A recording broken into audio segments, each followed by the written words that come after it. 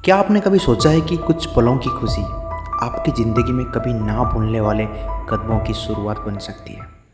ये कहानी एक डिलीवरी बॉय के साथ हुई घटना के ऊपर आधारित है। राजू एक बहुत ही गरीब फैमिली से था। घर संभालने का एक बड़ा जिम्मेदारी उसके ऊपर था, तो वो एक टाउन में डिलीवरी बॉय का काम करता था। मोस्टली वो नाइट शिफ्ट करता था क्योंकि उसमें थोड़ा ज़्यादा पैसा कमाने को मिल जाता था। तो एक रात उसको एक आउट ऑफ टाउन से डिलीवरी का ऑर्डर आया। राजू का मन तो नहीं था, बट उस ऑर्डर पे अच्छा पैसा मिल रहा था, तो वह डिलीवरी देने निकल गया। राजू बाइक पे आधे घंटे का सफ़र तय करके डिलीवरी लोकेशन पे पहुंच गया। उसको वहां से अच्छा खासा टिप्स मिल गया था, तो वो राजू बहुत खुश होके घर को लौट रहा था। रास्ता बहुत लंबा था, इसलिए उसने एक शॉर्टकट लेने का सोचा। तो शॉर्टकट लेने के लिए राजू ने मैप का इस्तेमाल करने लगा। तो उसको एक शॉर्टकट रूट मिल गया, बट वो रास्ता काफ़ी सुनसान था। वो सड़क एक जंगल के बीच पे जा रहा था। उसके दोनों तरफ बहुत बड़े घने पेड़ थे। रास्ते में कोई स्ट्रीट लाइट भी नहीं था, जिसकी वजह से वहाँ अंधेरा ही अंधेरा था।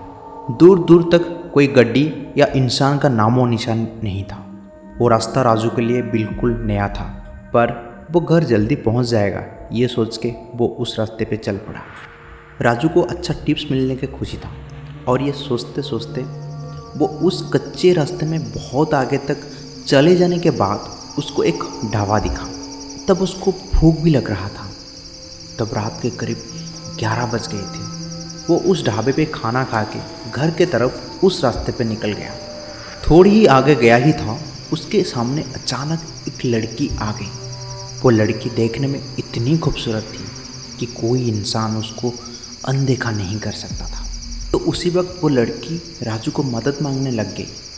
मेरी गड्डी खराब हो गई है। मैं यहाँ पे 4 घंटे से अकेली खड़ी हूँ और बहुत रात भी हो गई है।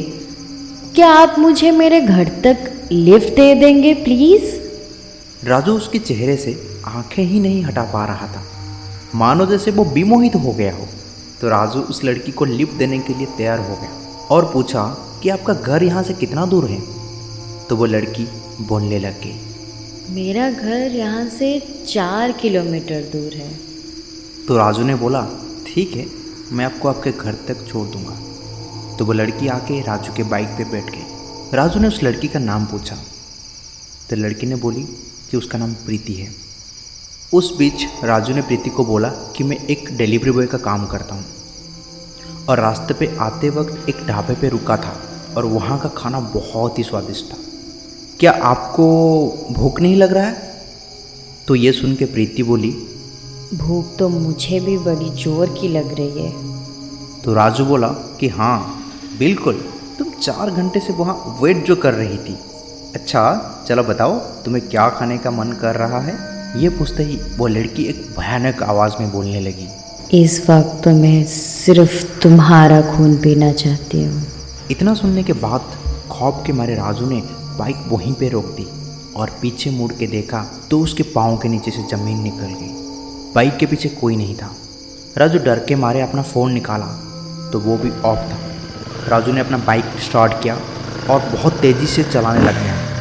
वो इतना खौफ में था कि बाइक भी ठीक से चला नहीं पा रहा। राजू घबराहट में बाइक और तेज़ चलाना शुरू कर दिया, पर मानो जैसा वो रास्ता ख़त्म ही नहीं हो रहा था। कुछ ही देर में राजू को एक दुकान जैसा कुछ दिखाई दिया और उसको एक राहत सा मिल गया। वो सोचा कि वहाँ पे जाके घर को कॉल कर पाएगा, और जब वो उस दुकान के करीब पहुँचा तो राजू का होश ही उड़ गया। वो कोई दुकान नहीं था, वो वही ढाबा था जहाँ से राजू कुछ समय पहले ही खाना खा के गया था। राजू का पूरा जिस्म खौफ से काँप रहा था। बस उसी वक्त अचानक उसको वही लड़की सामने लिफ्ट मांगते हुए दिखी। ये देख के राजू का बाइक एक गड्ढे में जा फंसा और वो वहाँ पे बेहोश हो गया। सुबह जब राजू का आँख खुला तो वो एक स्थानीय हॉस्पिटल में मरीज होके पड़ा था। स्थानीय लोगों ने उसको बेहोश हालत में हॉस्पिटल में एडमिट करा दिए थे। उसके मम्मी पापा भी वहीं पे थे।